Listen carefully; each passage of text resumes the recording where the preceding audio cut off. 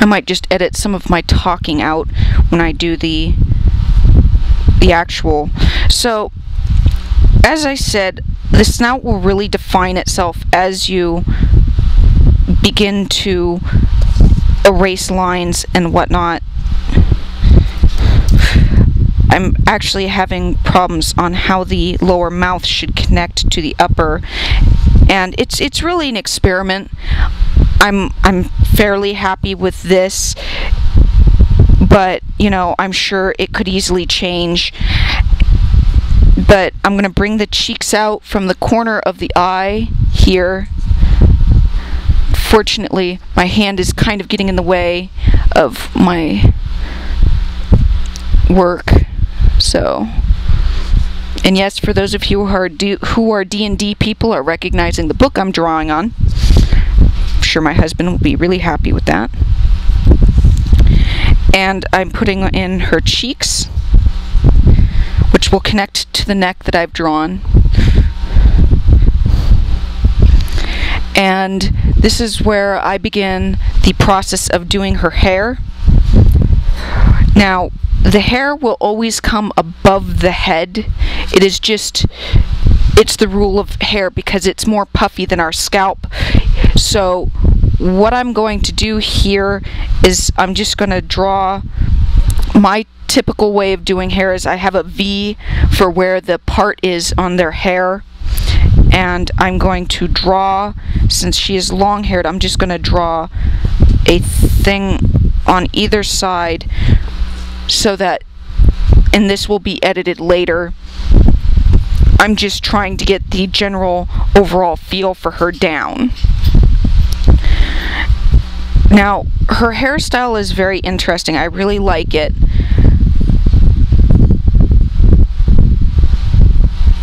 She has overhanging hair, which is shown here, which is kind of fun to show with, you know, a snout.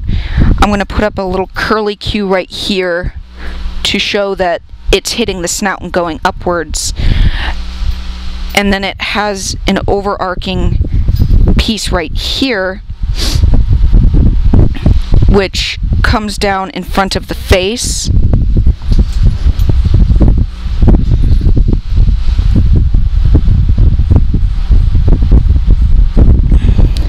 Again, this is all very messy, and it's cleaned up in the end. Unfortunately, art is a very messy science, or whatever you would like to call it. And it just takes a lot of practice, and I say that a lot to people. Well, it took me years upon years to get to where I am. So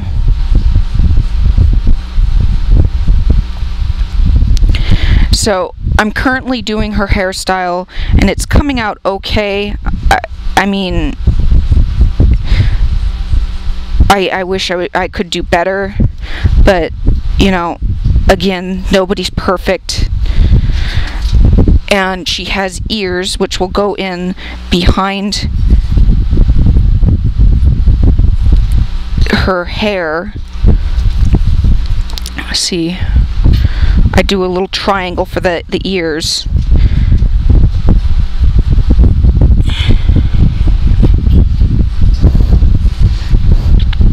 So that's what I have thus far. Unfortunately, there's not too many references of this character out there, but she's fairly well spoken of, and I really like her, and I really wanted to get a more generalized picture of her out, though some of the pieces out there right now are really nice. So I just added in some eyebrows and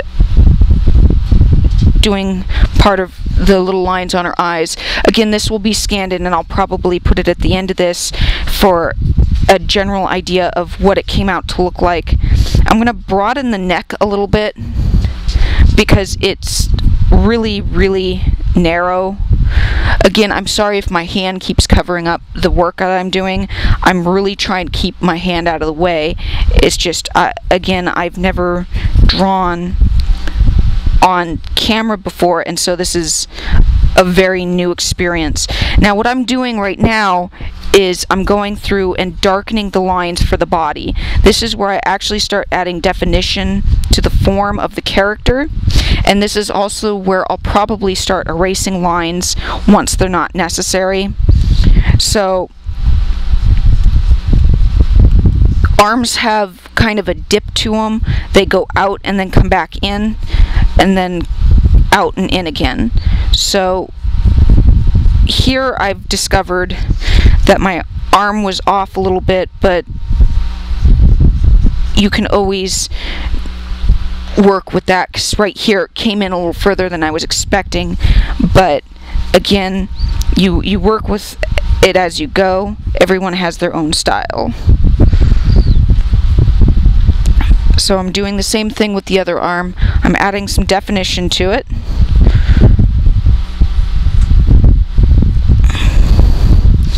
And again, the arm came up a little short, so I'm going to redefine with the circle where it goes, and then I'm going to re-square off the hand and move it up a little bit and erase what I'm moving.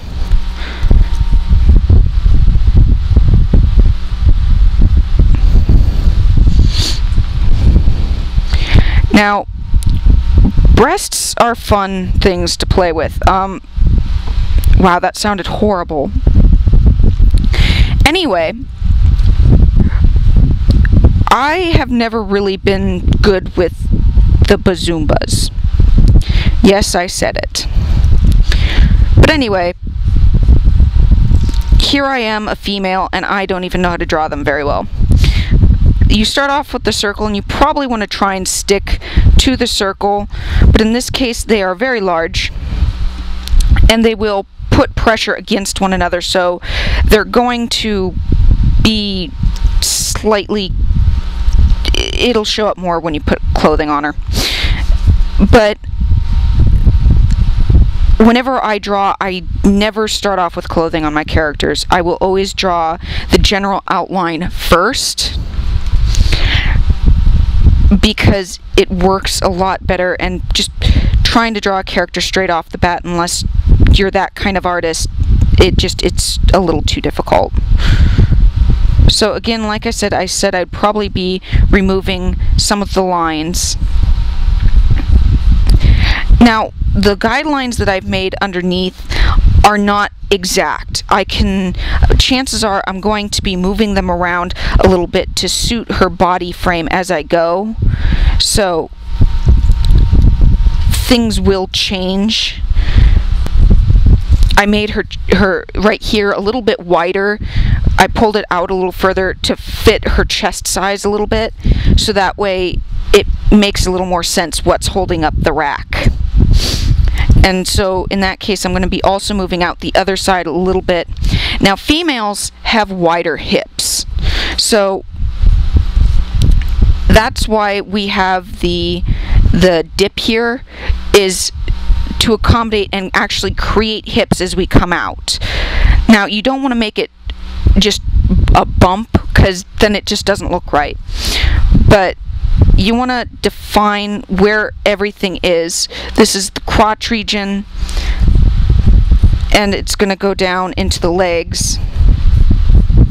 Again, the legs are very much like arms. They're fairly thick, and then they go into a dip where the knee is, and then out, and then to a narrow again where the ankle is.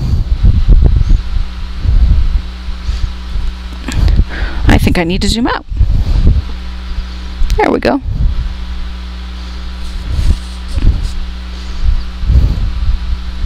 Okay, so I'm going to do that with the other leg, and I'm going to put more lead in my pencil.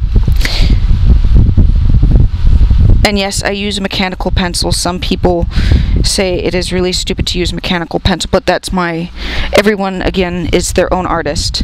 And I blame no one for what they use or do. If it makes wonderful art for them, kudos.